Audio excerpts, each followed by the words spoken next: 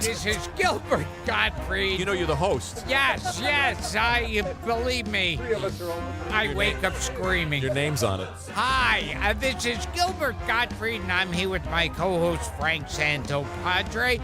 We're once again recording at Nutmeg with our engineer Frank Verderosa if he doesn't lose this recording. And we're here with the Black Southern jazz musician. Thought he was a blues musician. A blues musician, sorry, Ray Bone. You're now listening to me off the mic. You're listening to, this is our latest release, and it's got a bullet. See, you could hear that Cajun accent. I thought I was talking to Dr. John. Oh, this is part 2 of something fun that we did last week. For 200 episodes, and Frank said 157 mini episodes, good Christ. That's 357 episodes of this thing that we've done. I thought we'd both be dead long before we got to this point. Oh, God, I was hoping. The sweet release of death. Yes. Yeah. But for 200 episodes, I thought, well, let's do something different. Let's do something that involves the fans directly. So we went to the Gilbert Gottfried Amazing Colossal Listener Society, which was founded by our friends Rob Smentek and Eric Fusco. And I posted, and I said, look, ask us questions, anything about the show, the history of the show, putting the show together, how the guests are booked. Mentek and Fusco were the thrill killers in the 50s. They were. Yes, Mentek and Fusco. Yeah. Yes. Yeah, they gave Dick and Perry a run for their money. They were in the Big Little Book version of In Cold Blood. Oh, yeah. There's a reference for 12 people. We decided to do something even more radically different for part 2 of our question and answer session. We decided to let jazz musician, see, now I did it. Oh, yes. Legendary blues man, right. Paul Raybone, fire the questions at us. I'm actually going to be singing the questions with the band, with the Raybone band. I think I like Blind Lemon Raybone. Oh, that's even better. Yeah. We'll have the listeners submit blues names for you. Yeah. Shoeless Raybone. Shoeless Deaf Raybone. Yeah. Po Boy. Po Boy Raybone. That's right. So we're going to have, I glanced at these questions, so I didn't prep answers to them, so I thought it'd be something different. We'll let Paul fire the questions at both of us, and we'll see what we can come up with and get through these. My first reaction looking at some of these is we never should have opened this up to the I listeners. realize that, huge but mistake. Listen, let these people express themselves. They've been supporting us for 4 years. That's what Moses said. Let my people express What are themselves. you doing, red buttons? Yeah. Did Moses never got a dinner? Yeah. All right. Okay. Are you ready? Oh, ready. Fire away. We'll try to get through these. Joseph And then Rodriguez. Moses would put his hand to his ear and go, strange things are happening. Oh, he. You know, how many podcasts do you think there are in the world now? In the world, Probably thousands. hundreds of Do you think thousands. anybody's talking about red buttons on another podcast? Anywhere? That's why. That's This is why it. people. This is it. This is the one. Okay. That's right. All right. Joseph Rodriguez wants to know: will there ever be a Seth MacFarlane episode with dueling Paul Lynns? Oh, I'd love that. Oh, that would be great. Yeah, we'll ask Seth. Yeah. Yeah. I think I asked him Check it 3 out. years ago when we first We've started. had. Oh, my God. I was looking for the John Carradine Love American Style. Did you find it? No, but I came across one much weirder. Okay. This was one, it has to do with the boss, an ad exec probably, and he hires a sexy young blonde secretary, and it's all about how he's falling apart because he's so lustful for this hot blonde secretary. I know where you're going. And so the secretary's Carol Wayne. Right. The old tea time girl from from Art Fern and the Tonight Show. And her D cups. Horny for pussy guy is Paul Lynn. And he's there like, checking out her breasts going, oh my goodness. Oh, look at those. Well, what an acting job that Yeah, was. and you Oh, go. he was an actor. Yeah, A complete thespian. I'm really convinced this guy likes pussy. Yeah. We will try to get Seth on the show. Didn't we we will bug didn't we have a Seth. Paul Lynn, dueling Paul Lynns recently? With I somebody had else? him do Paul Lynn with was it Billy West? We had Billy. Maybe. Somebody Yeah. we had you do Paul Lynn with. I think it was Larry Kenny. We did dueling Paul Lynns. Yeah. Okay. But you can never have too many dueling Can't have Paul too Lynns. many. Which I'd like to see a film clip of dueling Paul Lynn Yes. and what they duel with. Yes.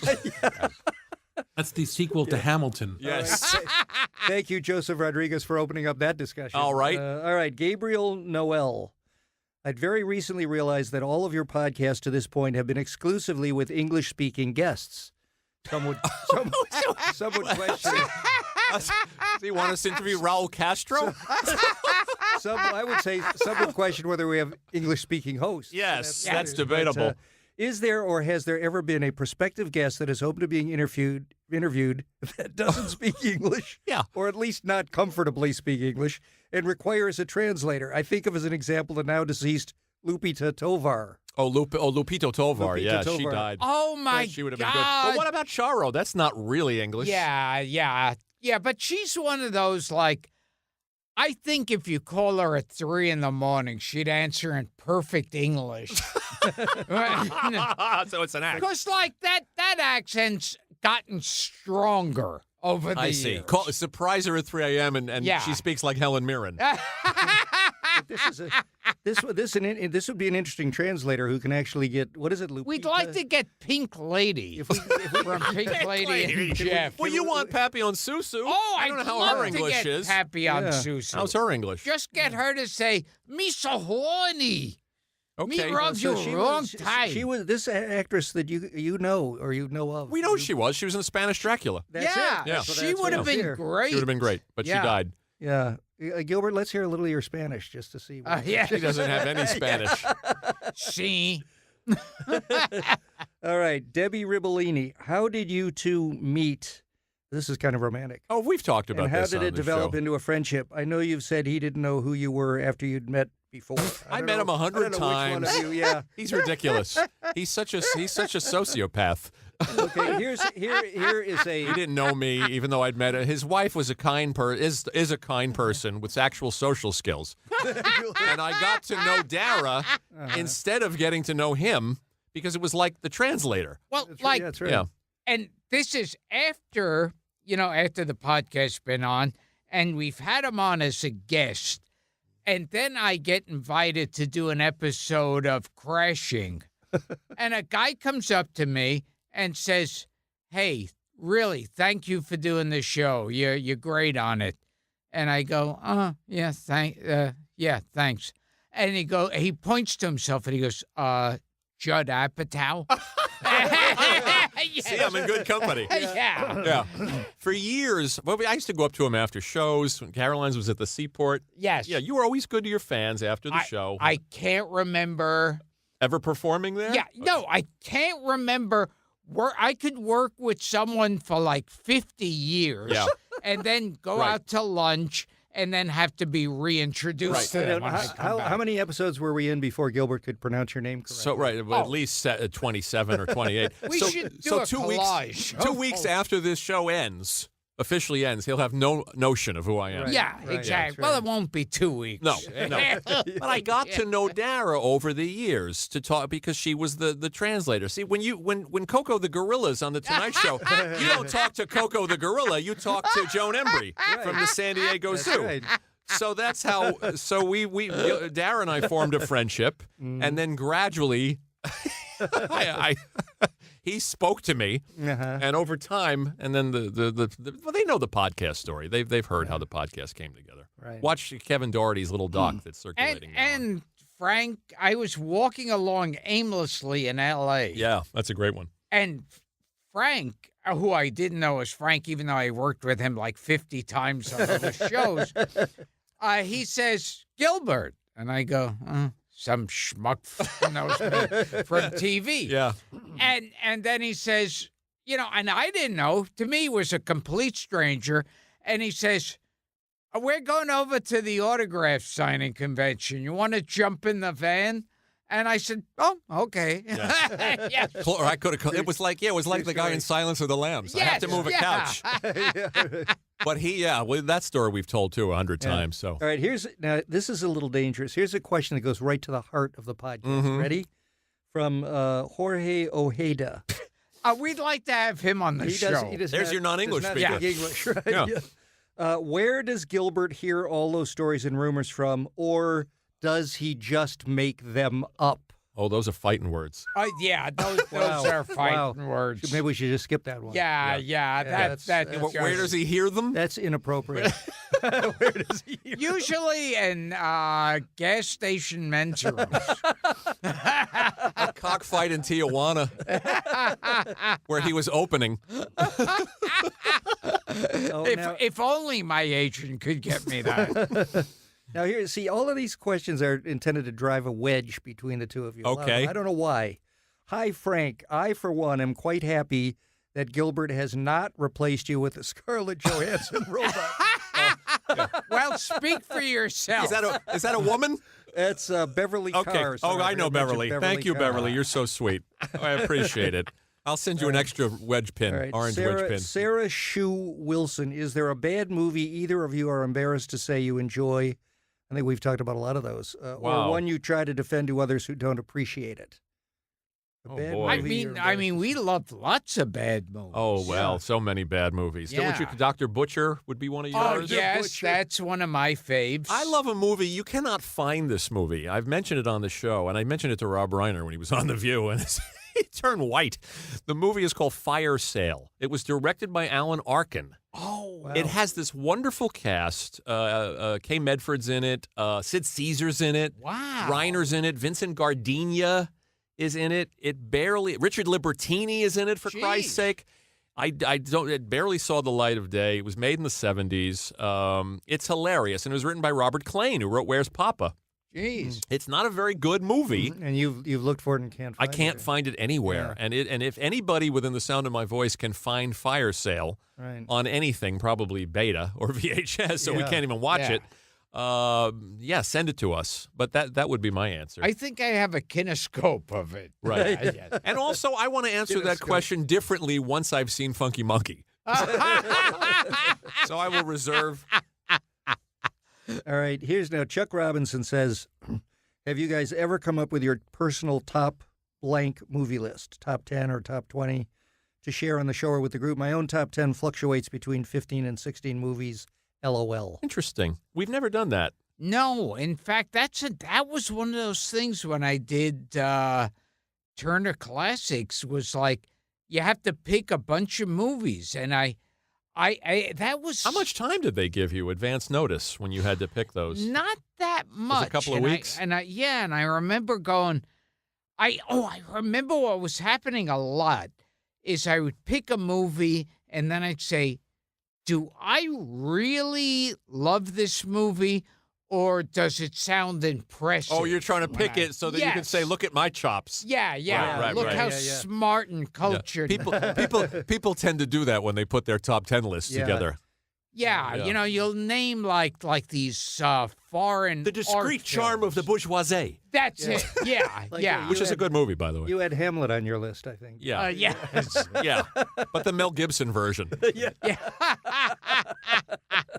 We'll do that on a future show. We'll tell you what we'll do. We'll name our top 10 really, and then we'll name our top 10 most pretentious that we want to name to look impressive. We should, if we're going to go that route, we should do our bottom 10 as well. Worst 10 movies worst. we've ever seen? Yeah, 10 worst. Yeah. That's fun. That's fun. Easy. There were so many podcasts that do bad movies. So now here's actually a nice question. No wedge issues here. John Atama, who did you expect to refuse or ignore you for an interview, but surprised you by accepting? Oh, so many. So many. Anybody who says yes to this. Surprise. We're always taken aback. Have you heard this podcast? And then Michael Miller has a related question. Who was your toughest get? Oh, that would be, yeah. But who, Bruce Dern was. Well, we were I mean, surprised as hell that Bruce Yeah. Dern wanted to do the and show. he was Yes. fabulous. Yeah, that was and that was serendipity. That was And- because Gilbert ran into him. Yeah, Is that I ran it? into Yeah. him on a radio show, Yeah. and turns out he was a fan. And then we asked, and he did it.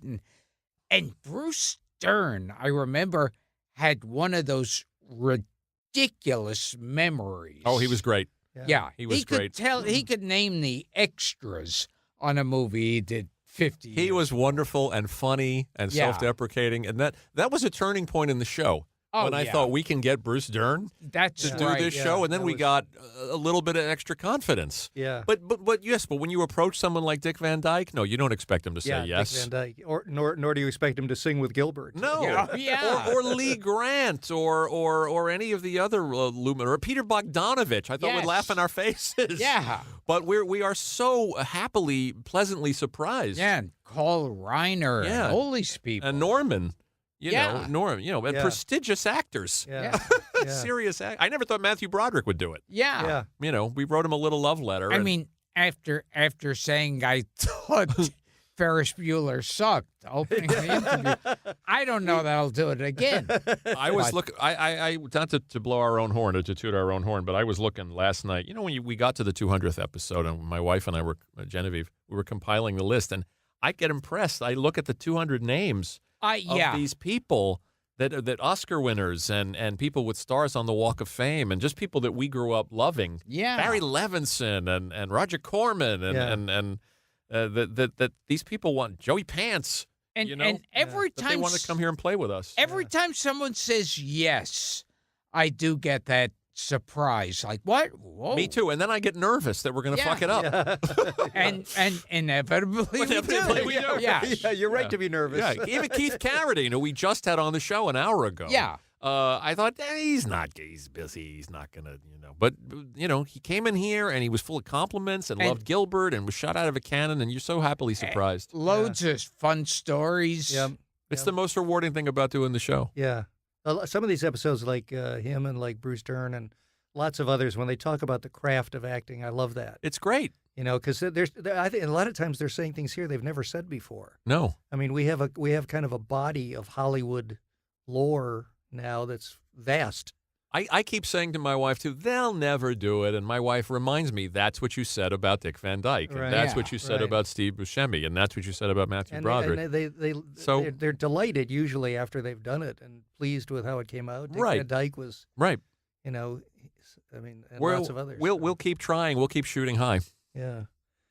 So, Mike Erickson, how much help does Gilbert get with his movie theme song renditions?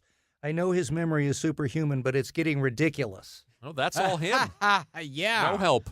Yeah, that's something I don't know if I should be proud or ashamed of. Unless it's you want to credit the antipsychotic medication that he takes. Well, I think it's probably obvious to listeners that Gilbert has spent hours with a vocal coach Oh yeah, before. yeah. And he, yes, I mean, you can hear it. You can he just does. hear it. The late Marnie Nixon, Oh my God! Coach Gilbert up every weekend. Yeah.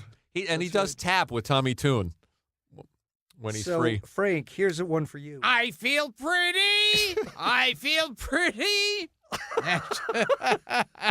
The question went right out of my head. That's all. That's all him. By the way, it is true. Yeah. All those TV theme songs all comes to him naturally. We've tried to fool him with obscure '60s records and He stuff. really has. I mean, he is a genius for a lot of reasons, and I've said that. But he has a touch of the savant that he remembers a theme song from a movie he saw once in 1972. Here Comes the Fox. Yes. Lyrics, or that he remembered the goddamn opening scene of The King of Marvin Gardens, which you admitted That's you had right. not seen in Yeah. 35 years, and he The remembered it whole verbatim. speech Yeah. Nicholson and gives. that's not human. Yeah. Yeah. That's no. yeah. Alien. That's Raymond Babbitt. Yeah. All right. I'm an let's see excellent here. What do we driver. have?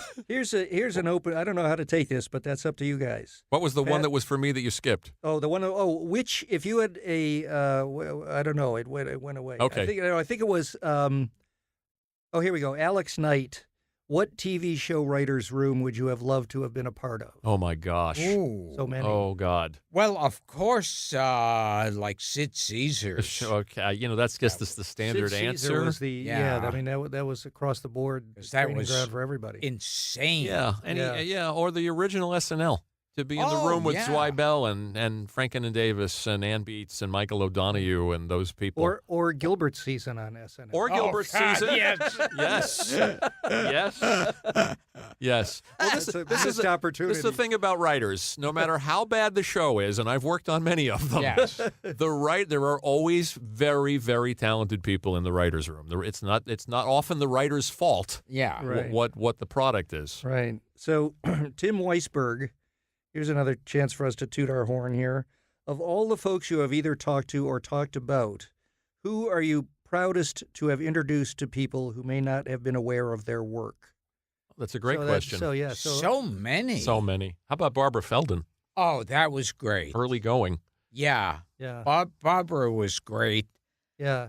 But so many. I mean, I see that I always say this in interviews. Like when we first put this show together, I was thinking, well, they don't know who the people we're interviewing are or who other people we're referring to, so they're not going to care.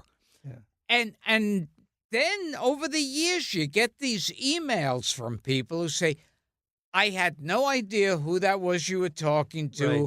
or the other people you were referring to, but I loved it. And I've been looking up their name and clips on that. It's Yeah, gratifying. It happens. Yeah. It happens When a a lot, 20-something particularly writes to me and says, I've now fallen in love with Barbara Feldon, Yeah. Yes. thanks to you guys. Yeah. Yeah. That's or people discovering the work of somebody like Dick Miller Yeah. because of this show.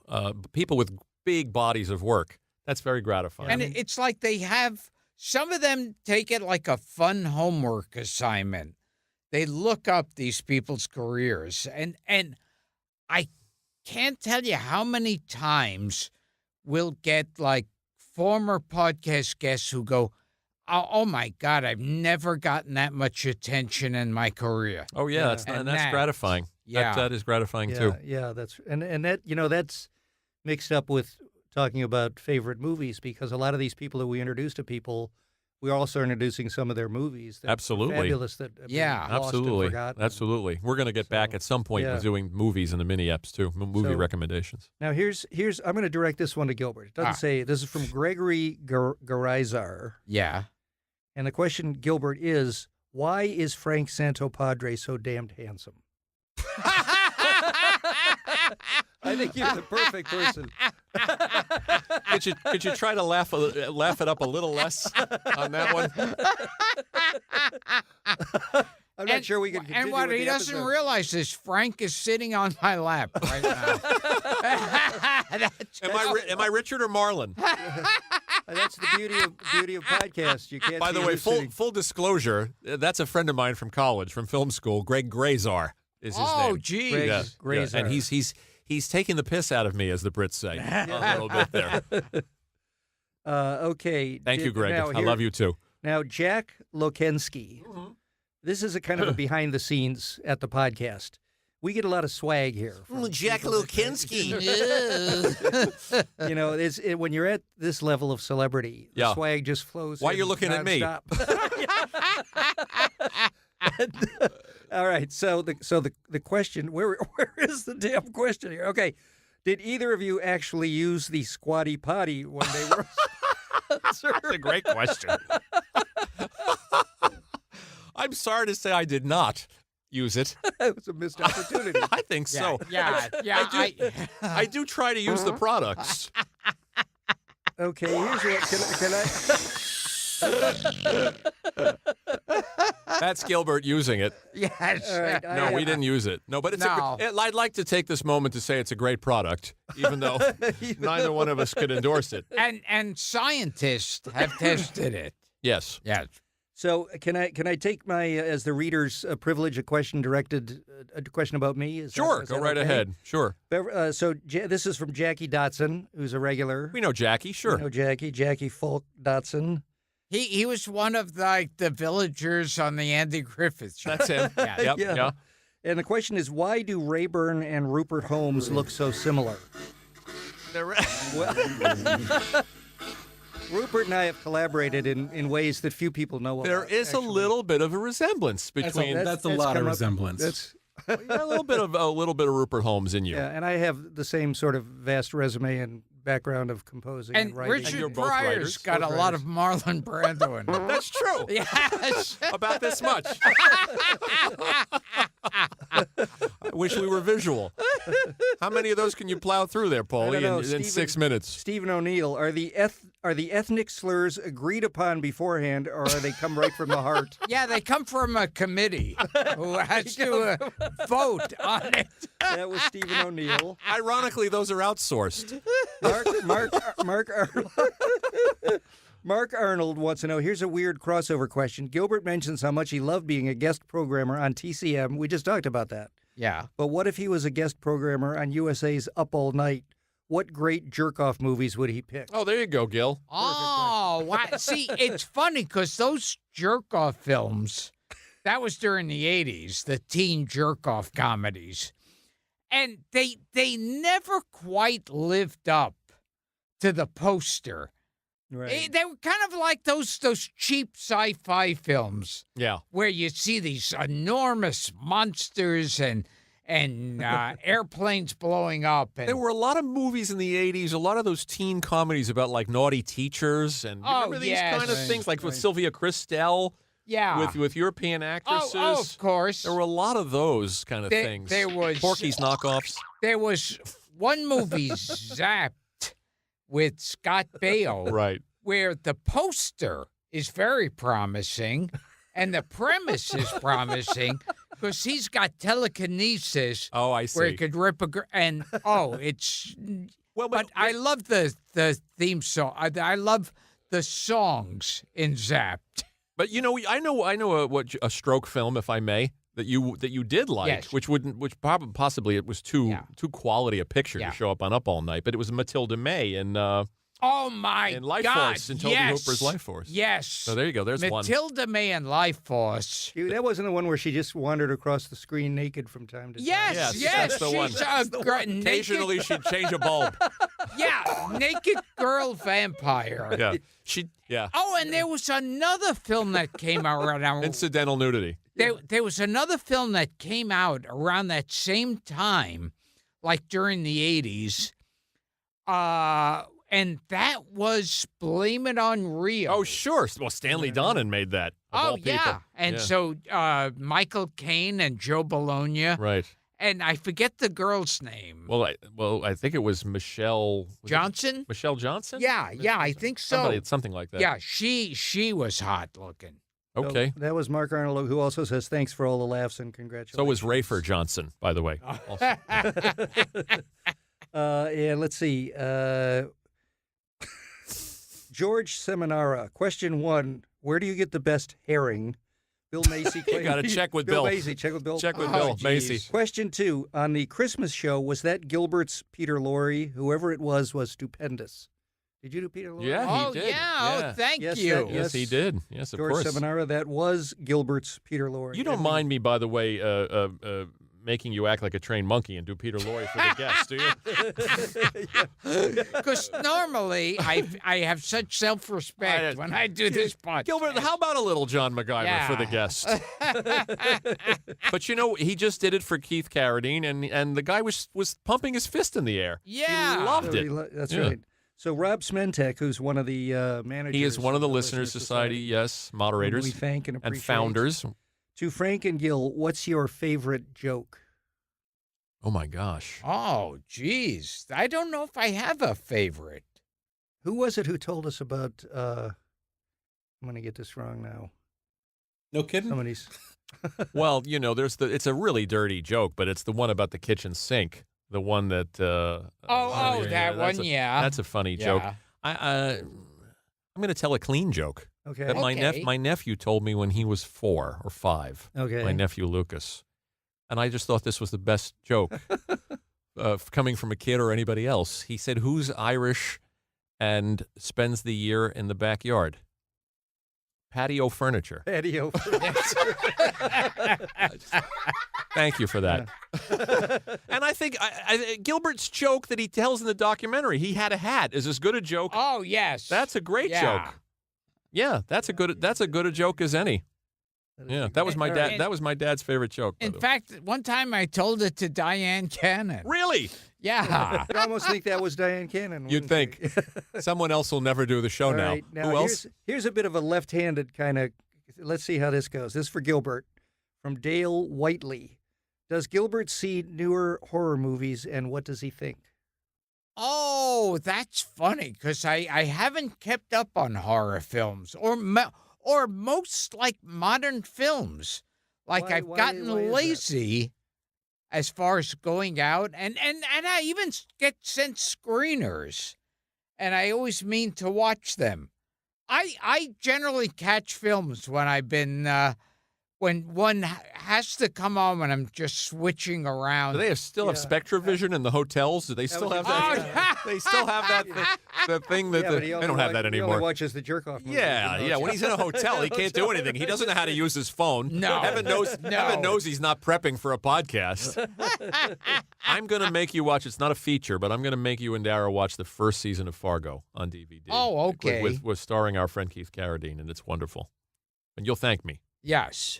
All right. Well, last one, Paul. We're running out of time. This is a good one. Zoran Samardžija. Samardzija. Is this somebody we know? I've seen him on the Listener Society. Why he's outraged? Why haven't you done an episode about Green Acres? That is outrage. I'm just justified. It's justifiable. There's an angry mob outside the building right now wondering that. With appropriately enough pitchforks. Yeah. That's right. That's right. So that's about it. I think reader mail, listener mail. That was letters. We get letters. That was the Listener Society, and we'll do the ones we didn't get to in a future episode. Yeah, but that was fun. These are fun. That was fun, and we didn't have to do any work. Yes, which is my ideal show. I spent hours preparing for Thank you, Raybone.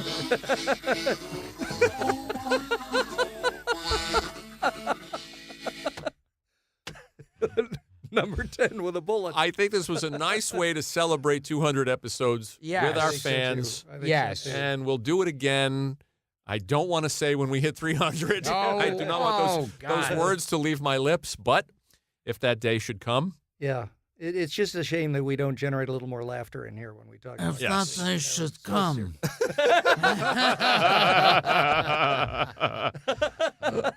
And we will pick a favorite question, a best question, and that person will get If that day shall come, I'll fuck Richard Pryor in the house.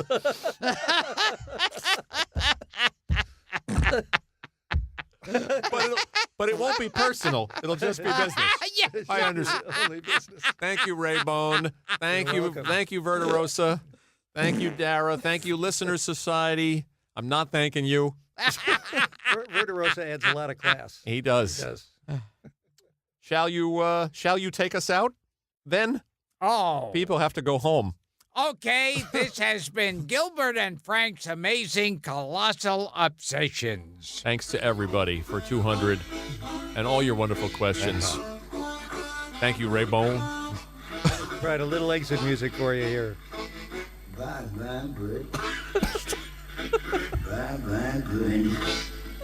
How different his voice sounds.